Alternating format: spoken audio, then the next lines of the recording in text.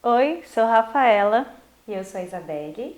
somos professoras do Ensino Fundamental Séries Iniciais do Colégio Logosófico Unidade Brasília. Recebemos um convite para compartilhar uma vivência muito sensível. Bom, gostaria de compartilhar que o ano de 2022 foi um ano que nos marcou. O retorno das crianças ao presencial, como elas estariam emocionalmente, grandes aventuras ali iríamos viver. Fiquei responsável pela turminha do primeiro ano, junto com a professora Isabeli. Juntas vivemos muitos momentos desafiadores e também felizes. Hoje vim compartilhar com vocês um pedacinho dessa grandiosidade. Minha turminha era heterogênea, com diferentes comportamentos, muito alegre, mas que requer muita paciência e dedicação. Essa turminha requer muito afeto para encontrarem o caminho da vida consciente e de tantas possibilidades que o mundo interno nos proporciona. É aí que moram oportunidades incríveis para aprendermos e ensinarmos valores para uma vida inteira. Houve um período em que um dos nossos alunos chegava muito chateado para a aula, chorando bastante e se negando a entrar na escola. Em total desespero, ele se agarrava à mãe, pedindo para não ficar. Em total desespero, se agarrava à mãe, pedindo para não ficar. A mãe já havia nos comunicado sobre a resistência da criança com as atividades de estudo e a hora de colocar o uniforme. Também na sala de aula, observamos em alguns dias a mesma resistência. Observamos que o pensamento mandão estava muito presente, e é aquele pensamento que adora a palavrinha não. Em tantas conversas, levando os elementos logosóficos de valentia, observação, esforço e dedicação. Avançamos dia a dia pelo caminho do afeto para levar aquele aluno a superar aquele pensamento mandão. Mas naquele dia, o pensamento mandão estava gigante, assim como a gente trabalha em sala as analogias. O pensamento tinha virado fera. O pequeno chegou aos gritos, resistente, chorando bastante, e quando eu tentava me aproximar, logo corria para a sala de artes. Aos poucos, fui me aproximando, com uma voz bem serena, tentando conversar com ele. E ele logo respondia: "Não quero ficar, não vou ficar." Aos poucos, fui me aproximando dele. À medida que ele corria, eu corria também. Foi quando eu o alcancei, abracei firme e disse o quanto lhe amava e que apenas queria ajudar ele a superar aqueles pensamentos. Enquanto eu pedia suavemente que se acalmasse, fui soltando o abraço, mas o pensamento mandão atuou novamente e ele gritou: "Não vou ficar, não vou ficar." Daí eu lhe perguntei: "Mas por que você não quer ficar aqui?" Ele não soube responder. Aproveitei a oportunidade que o pensamento estava sem argumento e disse: "Quando não queremos algo, precisamos saber o motivo." Convidei-o para conversar e passear pela escola. Daí veio uma nova frase: "Eu não vou entrar na sala."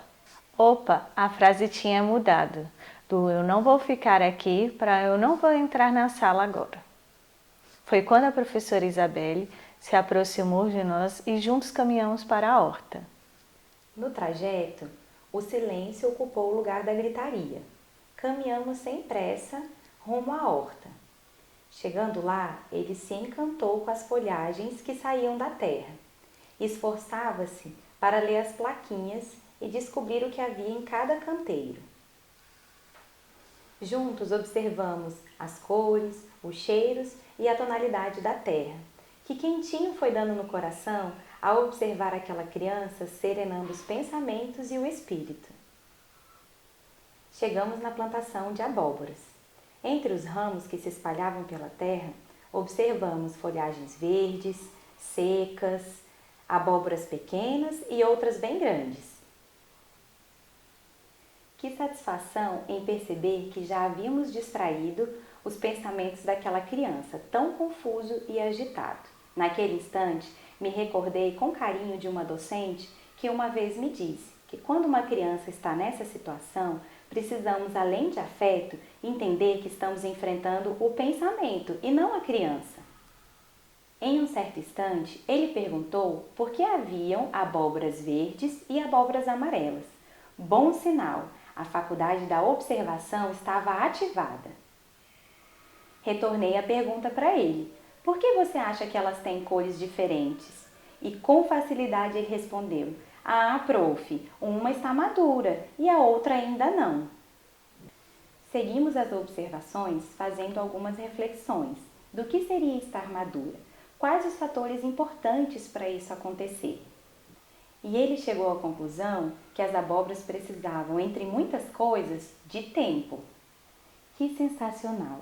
Trouxe para ele muitos aspectos sobre o tempo, que no universo existe tempo para tudo e que o tempo é uma lei universal que rege toda a natureza.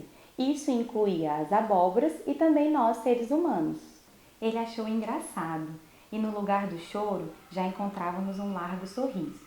Então expliquei para ele que existe tempo para tudo, para brincar, para estudar, para comer, para dormir e também para ir à escola.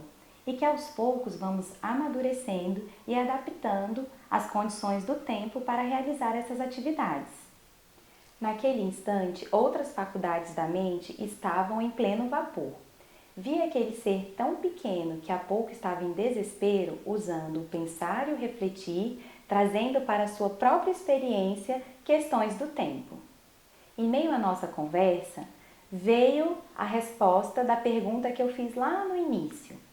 Prof, sabe por que não quero ficar aqui?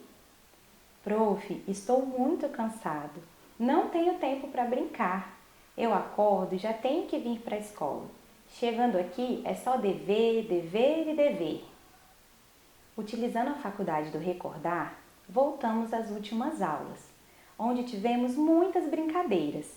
Recordamos dos recreios com tempo estendido, das aulas com karaokê e até da yoga para aprender inglês. Ele foi percebendo que a nossa escola é uma escola muito especial e que, na verdade, aquela ideia de não ter tempo era o pensamento mandão, que gosta de confundir a nossa mente. Tanto eu quanto ele estávamos juntos experimentando o conjunto das nossas faculdades mentais e a inteligência. Ele conseguia perceber os pensamentos que estavam atuando naquela reação tão brusca no início da tarde. E eu conseguia ver claramente a aplicação da pedagogia logosófica.